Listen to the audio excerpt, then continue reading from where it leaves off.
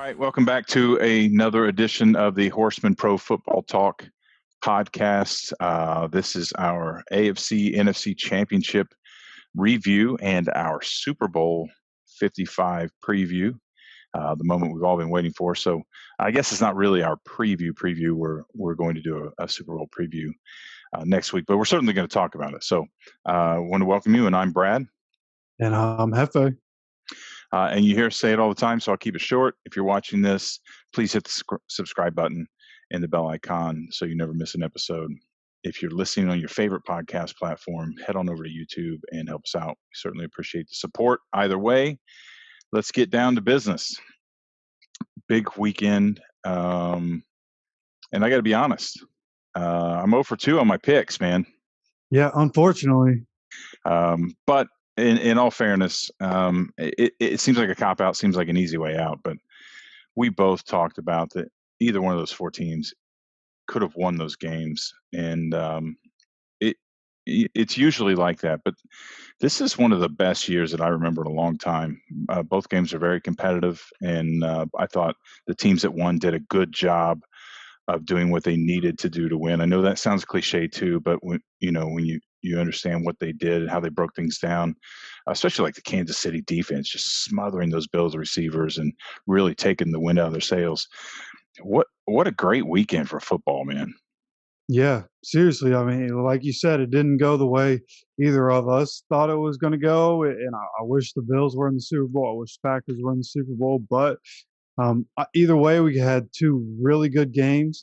And I think either way it goes, we're going to have a really good Super Bowl. The Chiefs and the Bucks played earlier this year. That's when Tyreek Hill had like 210 yards or whatever in the first quarter. And so either way, we should have a good game. Yeah, we're definitely. I think you're right. So the Chiefs, we talked about this earlier in the year. The Chiefs quietly dominated the league. It wasn't until about week 10 or 11 that we were kind of like, wait, hold up.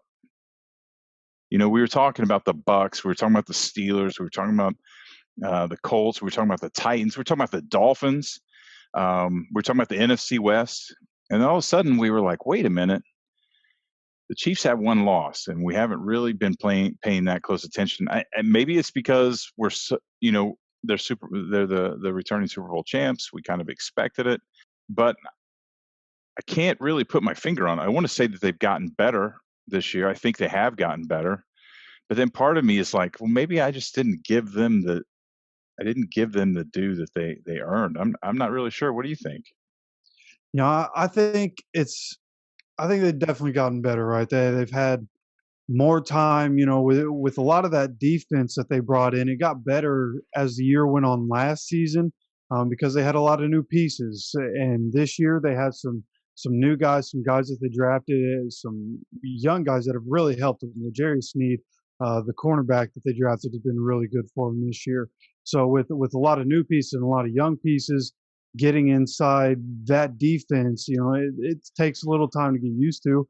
Just like Tom Brady going to a new offense, it took time to get used to. But now that they've all been in it for a year, and these rookies have been in it for a year, and you're seeing, guys like Tyrann Mathieu out there showing out that have been in the system for 2 years. And I mean, they just keep getting better. And the offense, I don't know if you can say the offense really gets better because they're just so good. They were already unstoppable. And you kind of hinted on it, like we didn't talk about them really a whole lot until it looked like they were coming back down to earth, until it looked like they might be a little human.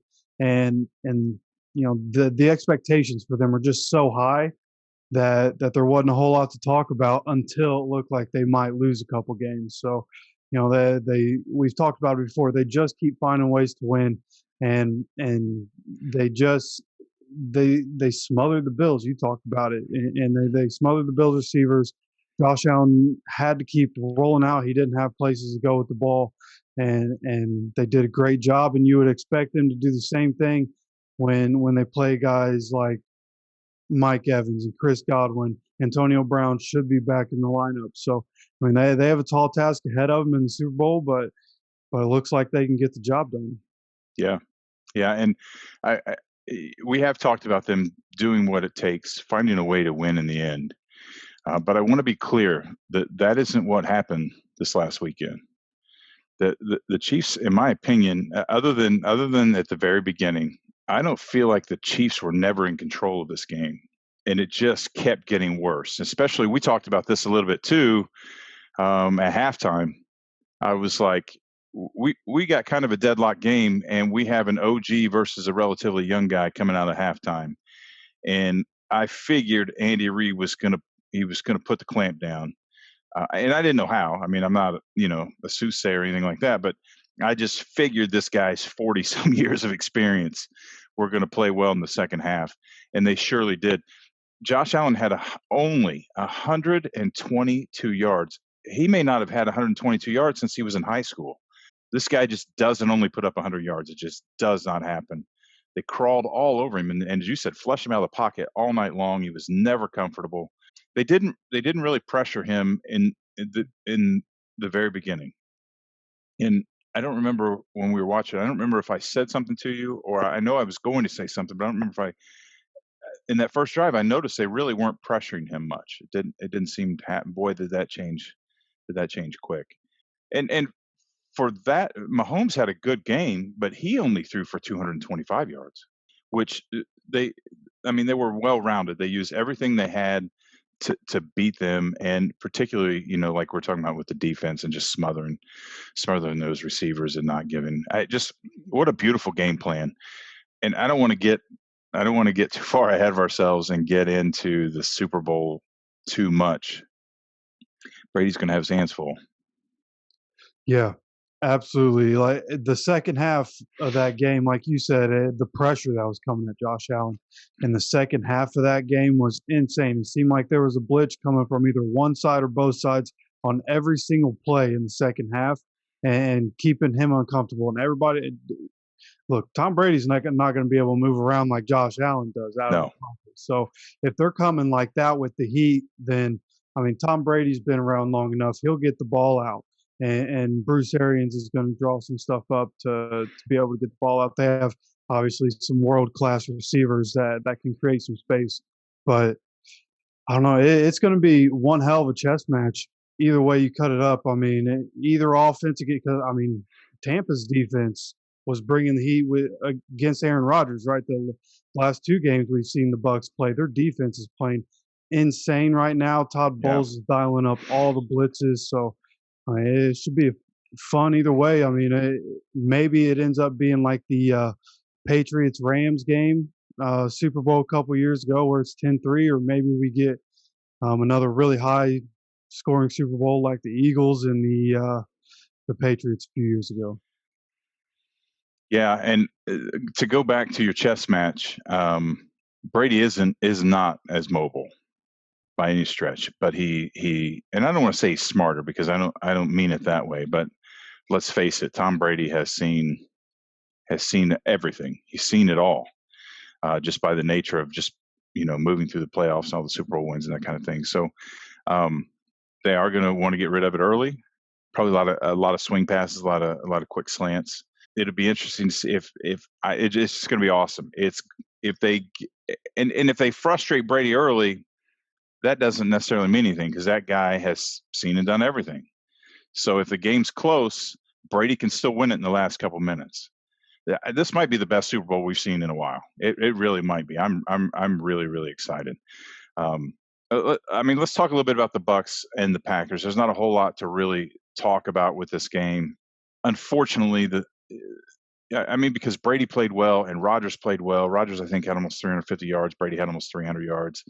They both play well, and I know you're going to argue that a little bit about Brady and his defense carrying him, but the defense always has. And with Mahomes with the Chiefs, the defense, the same could be said about the defense with them to an extent. I do want to talk about the moment that's overshadowing the win.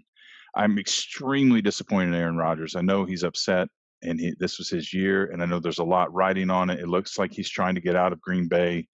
Winning a Super Bowl would have just really given him a hand that he couldn't lose with.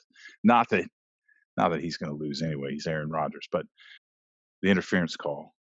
I'm disappointed that Rodgers said something about the interference call, and he's human like everybody else. And I understand his disappointment. I understand his claim. I'm not buying it.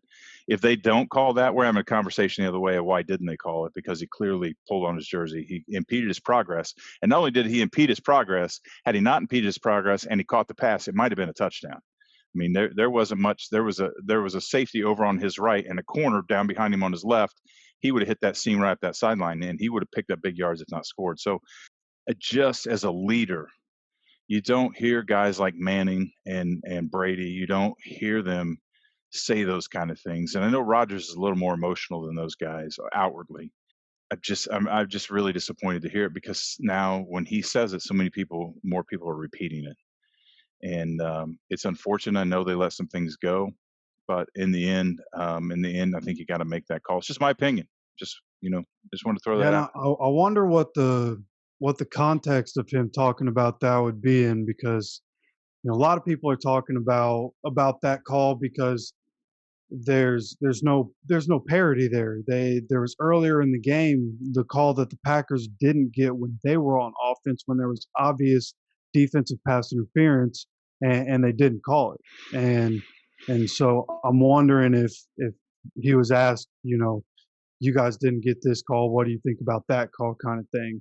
And they only put one quote out, instead of, this is what he was asked in this. So, I'd be curious what the context of that is, but from his standpoint, like if I wouldn't just outwardly go out and talk about it, but it would bother me as a player and as a fan. There needs to be more parity. If you're going to let them play, let them play.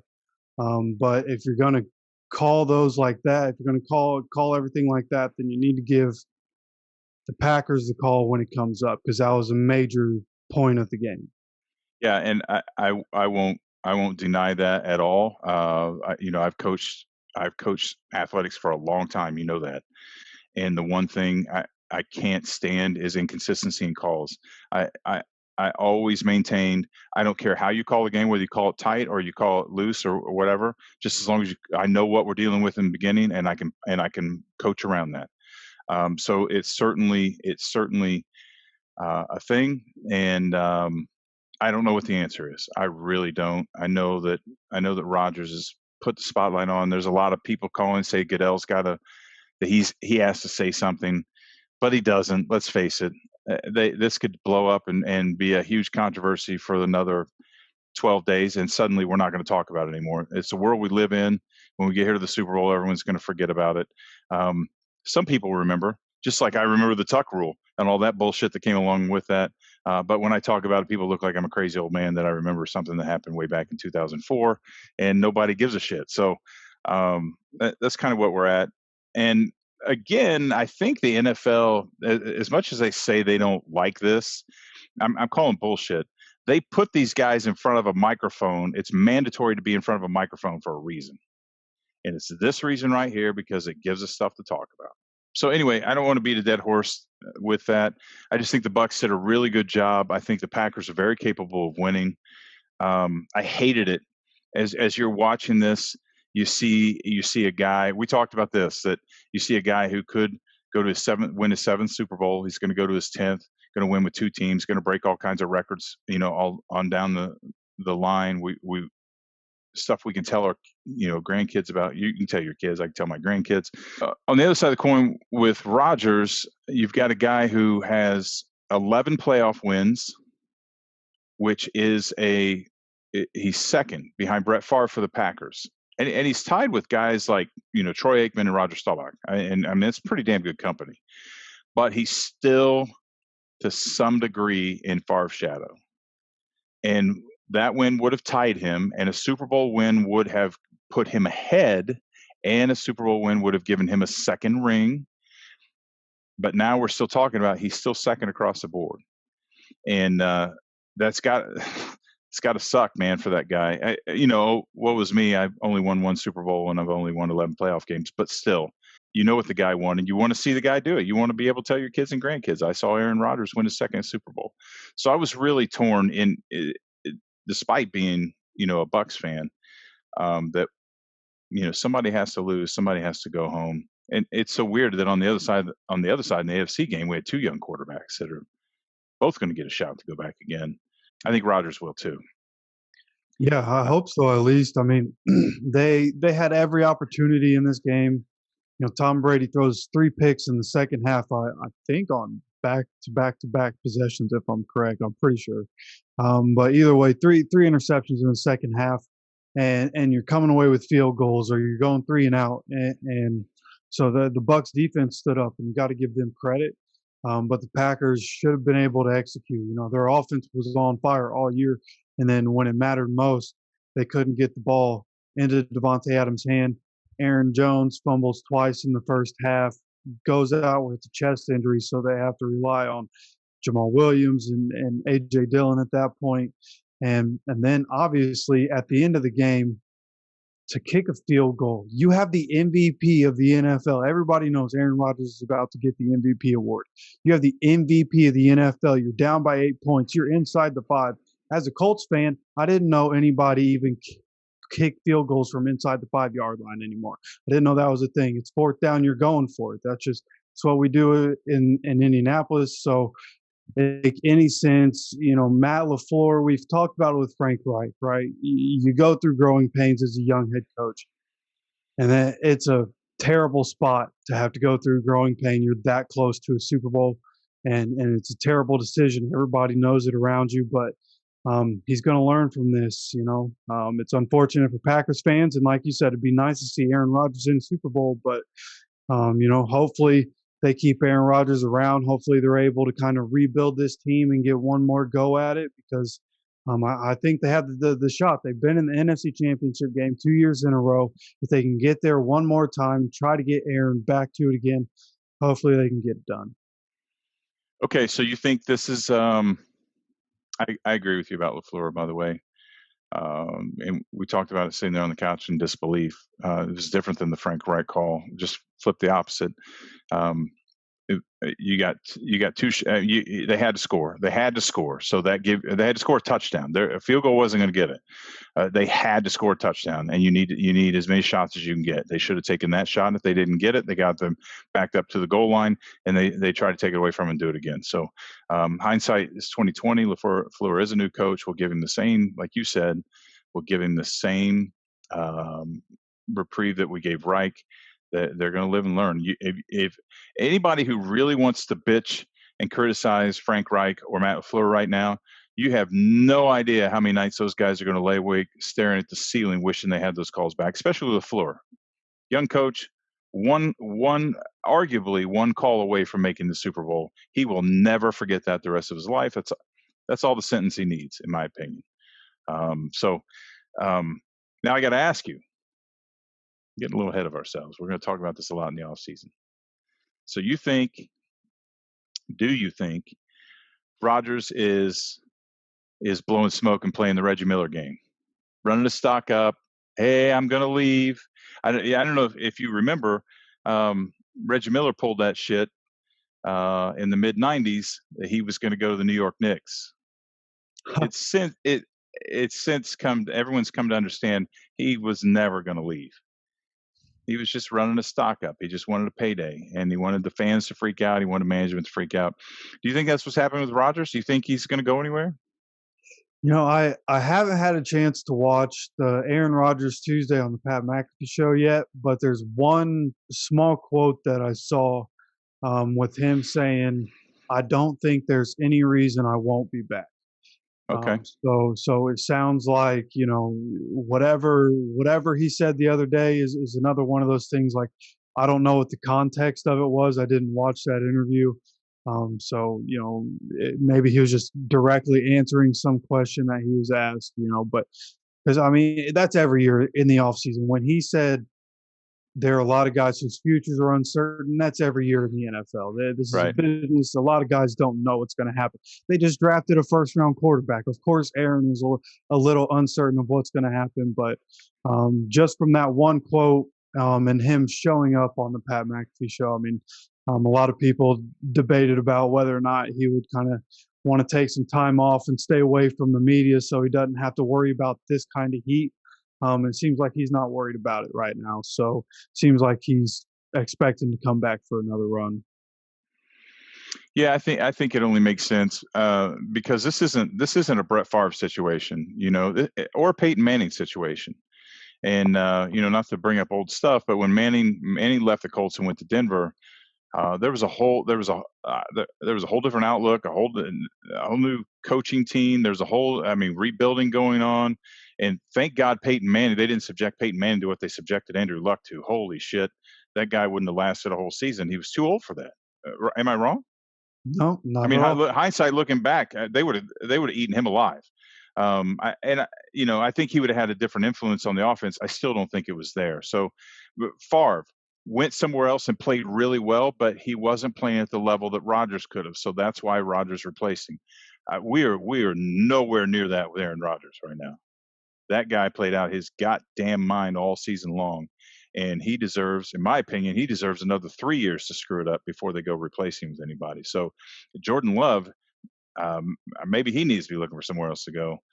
It's certainly, and now I say that it would be ideal. This doesn't happen a whole lot anymore. It'd be ideal if this was a Steve Young situation, and Love plays behind Rodgers another couple of years, really soaks everything up. They really groom him. He steps out, Love steps in, and they never miss a beat, especially with LaFleur being a young coach. So hopefully that's what we're looking at in Green Bay. But I agree with you. I don't think a lot of people are saying, well, Rodgers may go to the Colts to do this and that. I don't think Rodgers go anywhere. With a team like Green Bay, uh, a lot of guys, especially quarterbacks, are loyal to their program to a fault anyway. We saw that with Manning and Indianapolis. And we can, I mean, the list goes on and on and on. But I think there are teams like Pittsburgh and like Green Bay that there is some kind of weird sentimental value to staying in the city with the program, and the guys just don't leave. I don't see them going anywhere. Yeah, and I haven't looked over the Packers, free agency and who they have to pay and what they're going to have. But off the top of my head, if I had to think about, some of the guys they've signed over the last couple of years, guys they've drafted, I think this next year, I think they have the Smith brothers signed on the defense for this next upcoming year. Some young guys, Jair Alexander, probably not going to have to get paid yet. I don't think it's his contract year yet. So, Devin Funches coming back, wide receiver that they signed. He sat out because of COVID. He's going to have his 1 year with the Packers next season. They have a pretty good shot of running it up next year. So I could see them bringing him back for one more year and then going ahead trying to trade him off after the 2021 season. Of course, with Jordan Love there, a little bit of time that he's had to sit behind Aaron Rodgers, I think that would be the right move. When you want to start rebuilding is when you have to sign a bunch of people, or re-sign a bunch of people. But guys getting older, you would have to think at that point you start rebuilding around guys like Jordan Love on the offense and guys like Jair Alexander on your defense. Yeah, yeah, great points. Um, yeah, and I don't want. Well, I was gonna. We're going to talk about this in a few weeks, but that's exactly what's going to happen in New Orleans. New Orleans is getting ready to just come apart at the seams. They've ridden that out as long as they go, and the Packers are nowhere near there. So, um, anyway, it's too early to tell, and I know the Bucks just beat the Packers, but the Packers, it's NFC team to beat next year. I don't know. I'm gonna wait to see who the 49ers get as their quarterback because a healthy 49ers team is going to be crazy. If they can get a half decent quarterback to run that run style offense, they're going to be incredibly dangerous. There's a rumor. It's just a rumor. We're going to talk about it. There's a rumor that Stafford may go to San Francisco. Stafford's coming to Indianapolis. It seems I got a pretty. feeling. I'm telling you, you're the first one that mentioned that. We've talked about it a couple times, and I was thinking about this today. You were the first one to mention a couple months ago. It's been a while. We were neck deep in the regular season, and you mentioned Stafford coming here, and we've all kind of watched this happen. But I'm telling you right now, I got a feeling, man. You know, when you look at things like, and I've been wrong, right? I mean, I thought Manning was going to go to the Jets, maybe I don't remember, but he ended up going to Denver. Completely blindsided me. I had no idea. That was the one time I was wrong. It was another time in like 1987 or something. Um, but if you're Stafford and you just had the shit kicked out of you for what 12 years? How long? 8 years? How long? I don't even know how long he's been in the league. 10 years, I think. Yeah. You don't want to go play any games in New Orleans and rebuild teams. You're too old for that shit, right? Stafford knows he's got about maybe 5 years left. He might be able to squeeze out 7. We're probably, from a production standpoint, looking about 3 or 4. So we're going to call it 5. He knows he's got that 5. He doesn't want to spend 2 or 3 years of that getting their shit together. He wants to walk into a plug and play. The best team that needs a quarterback like him in the entire NFL, hands down, is the Indianapolis Colts. Yep, that's how I feel too. Maybe the Miami Dolphins, but I still think Stafford walking into Indianapolis with Frank Reich is a way better situation than him walking into Miami. If you put Stafford with the Colts and they're playing Stafford and the Dolphins next year, I think Stafford and the Colts have the advantage there. And so the guy wants to win. I don't, and Indianapolis has everything that they need to make it happen. And they're in the AFC. They're not going to interfere with the NFC whatsoever. Dude, I'm telling you, I'm putting the money down right now. Stafford's coming to Indianapolis, and I'm buying a fucking jersey. Yep, and that's the way it seems, and I feel like it would be a good deal for the Lions too, because the Colts just played the entire NFC North this year, so they don't play another 4 years. So the Lions wouldn't have to worry about seeing Matthew Yeah. Stafford unless he was in the Super Bowl. So I could definitely see. I think it'd be better for them to send him to the NFC, which I'm of course biased because I think he's coming to the Colts too. I mean, there are pictures all over the internet, him photoshopped in a Colts jersey. People are saying that, I think it was Jeremy Fowler of ESPN came out and said that he has the Colts as his top destination right now. It's been something that's been talked about for a long time. The first time I heard it was on the Pat McAfee show. Early in the season when Philip Rivers was still struggling a little bit, getting acclimated into the Colts offense, and we started talking about, what are the options for next season? Colts look like they're definitely going to need a quarterback because Philip Rivers isn't the answer. So who do we need? And so they were talking about it, and I thought that it just made too much sense, right? They were going to need a rebuild. It looked like Patricia was going to be out up there. It just makes too much sense. Stafford to the Colts makes way too much sense. Way too much sense.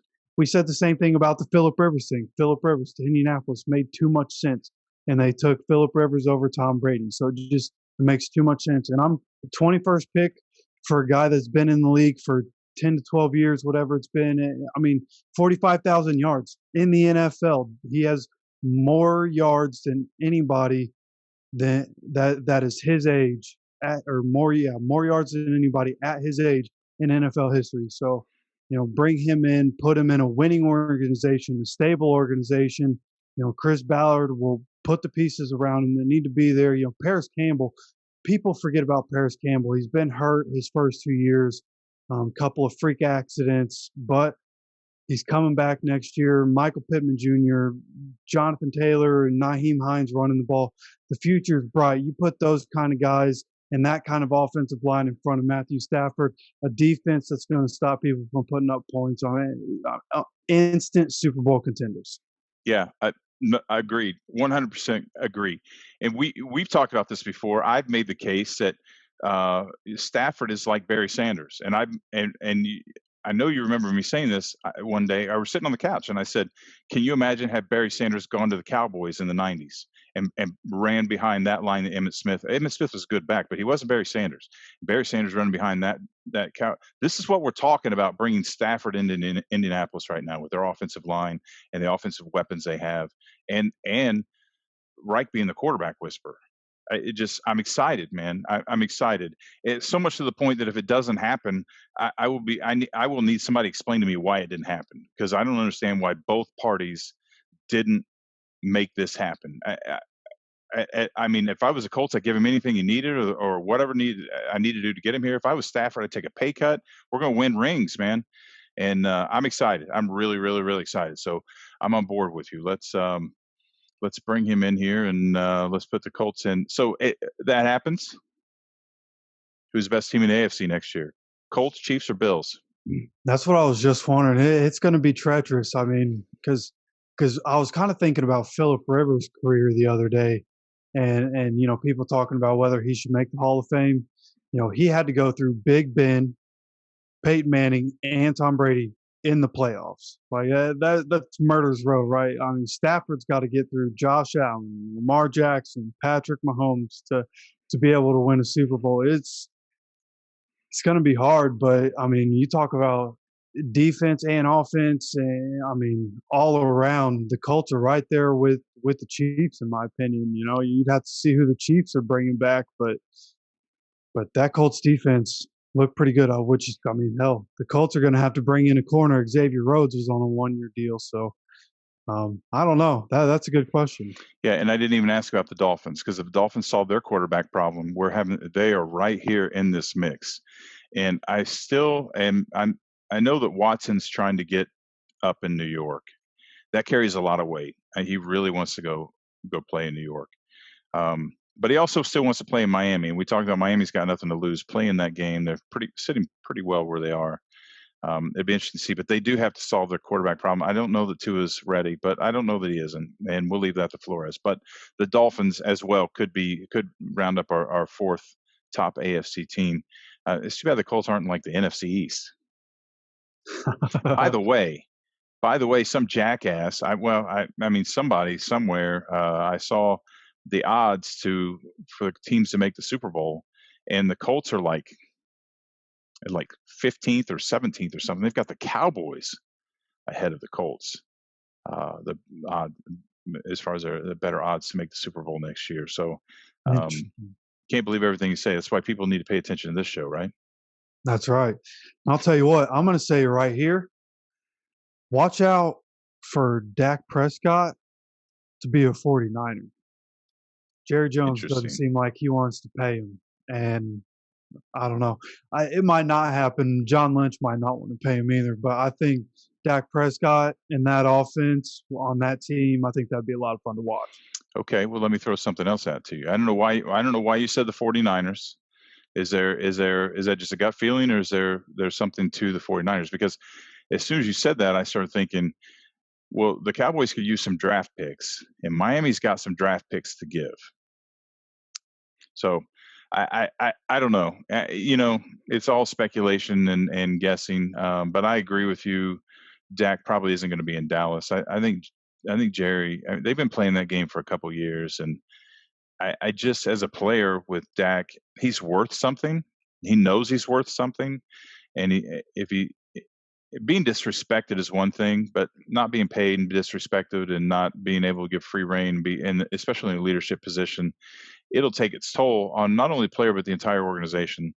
So I would think that if they don't get that fully rectified, why would Dak want to be there? I wouldn't.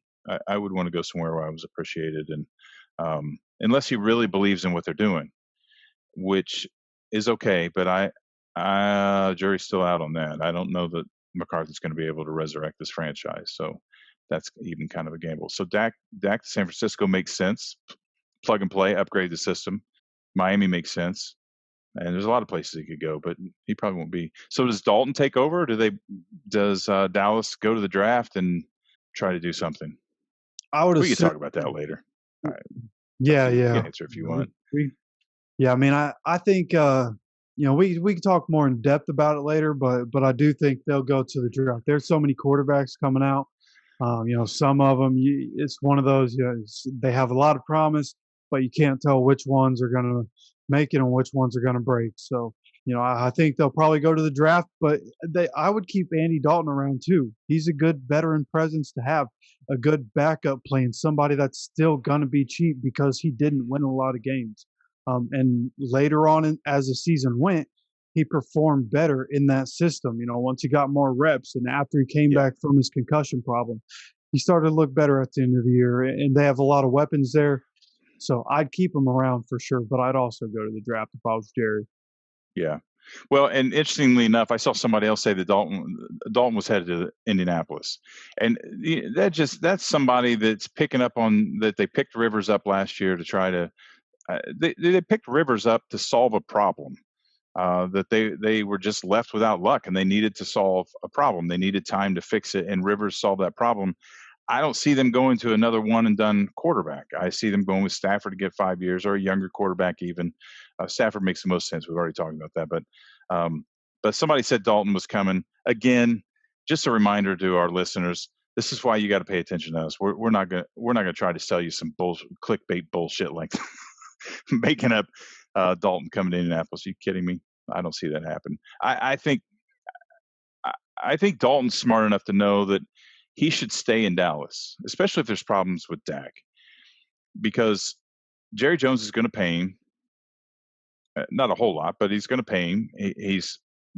McCarthy could resurrect the program, but if Dalton starts getting into this, the more a quarterback jumps around, the higher percentage that they don't play anymore. That's why guys like Fitzpatrick are so rare, because they do go places and do well enough to play, never really get a shot to get established before they move on. They're a rarity, because usually by the time a quarterback's changed two teams, they're gone. They just disappear into oblivion. If I was Dalton, I wouldn't play any more games. I'd just be like, you know what? Dallas is a nice city. I got a nice house. I'm getting a nice paycheck. McCarthy may turn this around and maybe we'll win some games. If not, I've had a good season, made a good career, made a lot of money. So, that's the way I look at it. Yeah, I mean, and you would have to imagine that for a quarterback, that's kind of almost a dream spot. You have guys like Amari Cooper, Michael Gallup, and CeeDee Lamb to throw to. You have a guy in the backfield, like, well, two guys. Tony Pollard's a stud too, but you have Zeke as your number one running back. And I mean, the offensive line there is getting older, and it's had some flaws over the last year or two. But I mean, that's still one of the better offensive lines when healthy in the NFL. So, you know, like you said, if I was Andy Dalton, I'd had every incentive to stay there. Just keep collecting the paychecks. You know, whatever that be. You have to imagine. You know, if Dak goes somewhere else, they're going to want to pay him 10 or 15 million to come back. You know, just even if it's just to be that veteran presence, and they expect to start a rookie. You know that he's going to get paid. So for sure, if I was him, for sure I'd be staying. Yeah, and not to mention, Dallas is like, and you mentioned this with his receivers, that they are stacked in talent, and McCarthy has a lot of coaching experience. So there is a possibility, even though that I'm surprised that Dallas struggled like they did. There is a real possibility that they come back out next year and win their division. I mean, Dallas could be a playoff team next year. I don't know if they're going to come win any Super Bowls, but they certainly have the pieces if McCarthy can get it together. I'm concerned that McCarthy is not as good a coach as everybody thinks he is, and he's not going to be able to pull this together like they think, and he'll just be another coach to get fired. But he could pull it together, and then Dalton could find himself behind a winning team.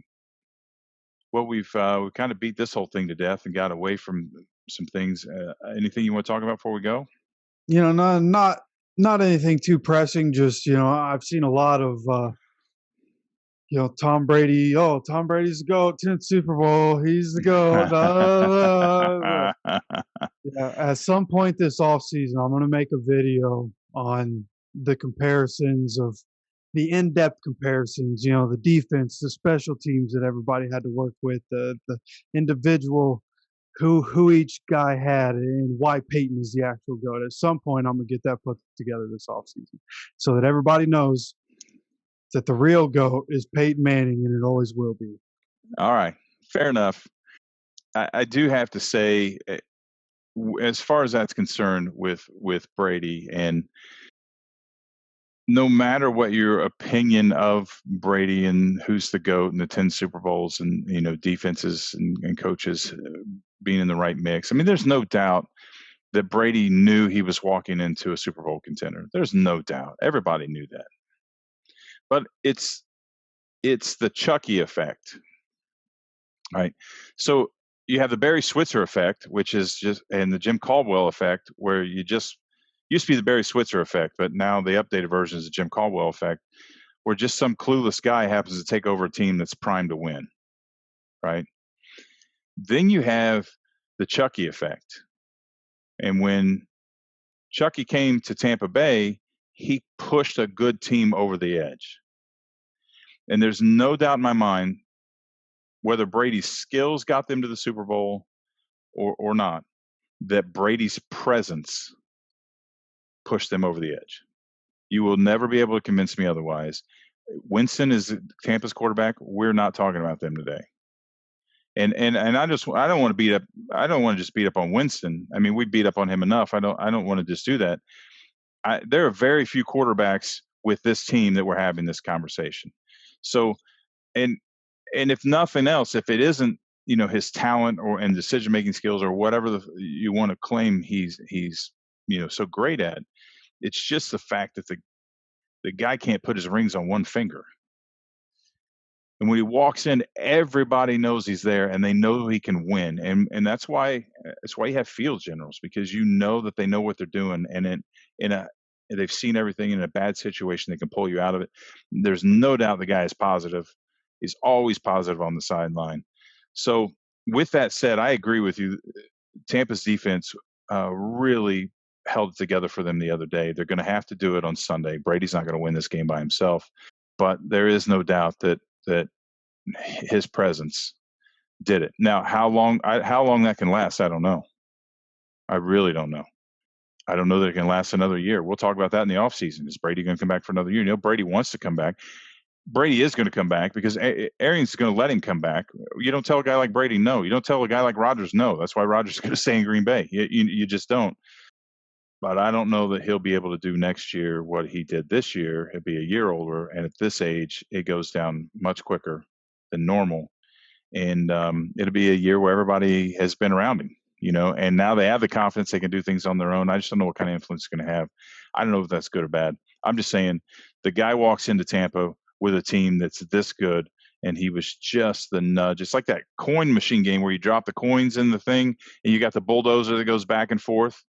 You just keep dropping coins in, and it gets close, and dropping coins, it's that one coin drops in the right place, and boom, the whole thing goes over the edge, which I think Stafford is going to be that guy for Indianapolis.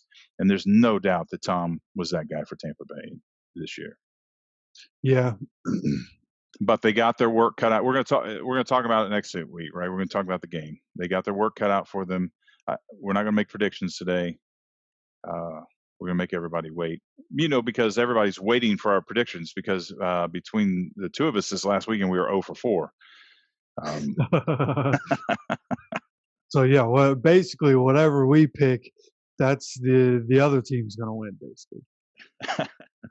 I don't think it's the case for the Super Bowl. I think we're both going to pick the right team, but we're going to have to wait and find out what that is next week. So we are hoping to have a special guest next week. I haven't been able to completely solidify the schedule to get that.